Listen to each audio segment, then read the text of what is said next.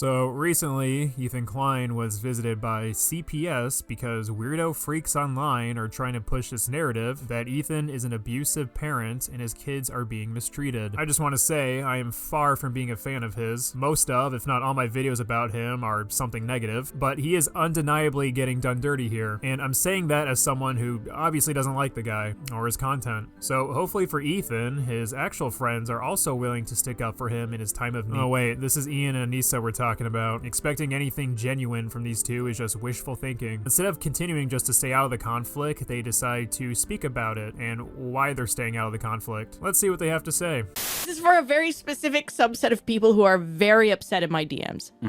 Yeah, so Ethan's upset with, I think, some of our connections, and, you know, we've tried to reach out to Ethan to talk privately. Basically, it just seems like we're at a bit of an impasse. So we want to stay out of the drama as much as possible. We don't want to pile on and add to anything. So this is our, you know, lukewarm addressing of it. I didn't want to choose a side between people I know, despite one side clearly being in the wrong. We don't condone harassment of any kind.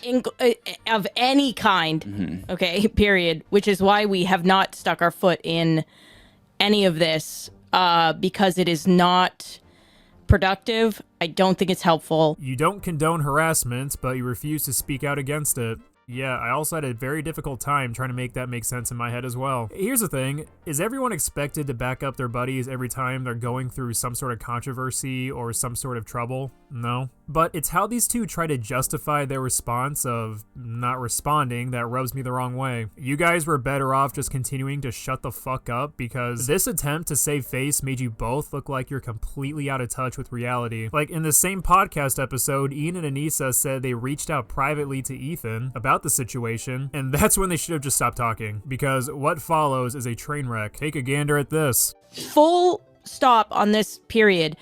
The last thing somebody who's going through something like that needs is more eyes on it and more like people weighing in, right?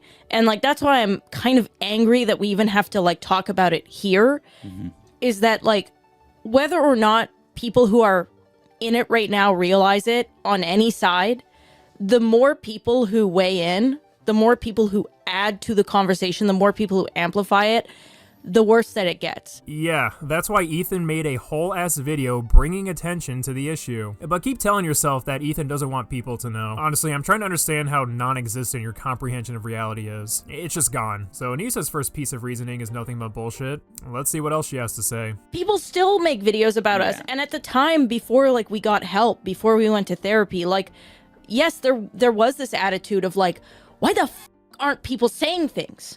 Why the fuck is no one like saying how wrong this is? Like, of course we had anger about that, but like we had to, now that we've gone to therapy and we've worked through all these things, like one, the videos have not stopped, right? The comments about us have not stopped. What has stopped is me caring about it, me looking at it.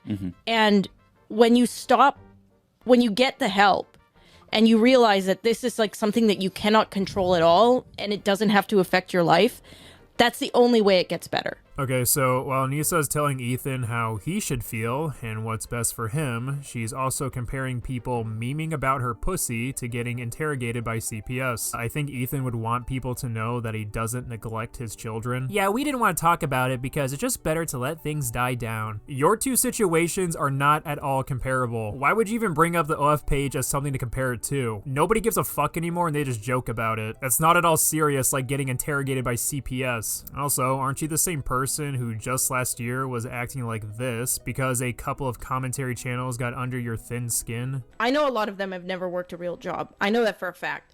And if you have, you worked there for a week and you cried and you quit. That are looking at this right now, I know that you would fucking cry if I said something to you in real life. I know you would cry. How do I know? Because I've done it to one of you fuckers in real life and you have cried.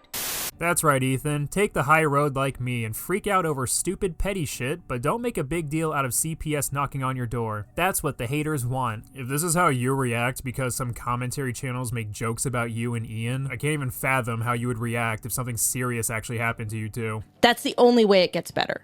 Yeah. Things piling on, things adding to it. Mm-hmm. You know, I thought I was arguing points against Anissa and Ian, but really all Ian has done so far is just sit in a fucking chair, nodding his head, saying yeah every 20 seconds like he's Ela Klein in 2018. Things are complicated. Ah, Yeah. Holy shit, it talked. When I did my apology, that did not f- with it in the slightest. Yeah, they didn't agree. And they still don't f- with it. Yeah. They and that's don't fine. agree with it. And, you know, I don't really expect them to come to bat for me or anything if they don't agree with it. Yeah. And, you know, I don't expect them to speak up, period, on any of it. I know you're trying to quote-unquote empathize by speaking from experience, but it's nothing but one big false equivalency from both of your ends. Let's compare the two, shall we? Child Protective Services investigating you and your family, or people making Tyrone jokes and calling you a cuck online. Gee, I wonder which one is worse. Do you two idiots really believe that Ethan not responding to these allegations would make the situation go away and not look suspicious at all? This talk of, oh, we ignored it and it went away, der, which, first of all, is not true because 50 therapy sessions later and this is still your result. Second, you don't know what it's like for CPS to come knocking down, so stop comparing your quote-unquote harassment experiences to an actual serious situation. I think my favorite part about this episode of Anissa and Ian is that Anissa's words of wisdom can be boiled down to, bro, just go to therapy and move on. The only thing that would have made this funnier is a BetterHelp sponsorship in the middle of all of it. So, in conclusion, Anissa and Ian would have been better off just shutting the fuck up because honestly they have nothing value to share.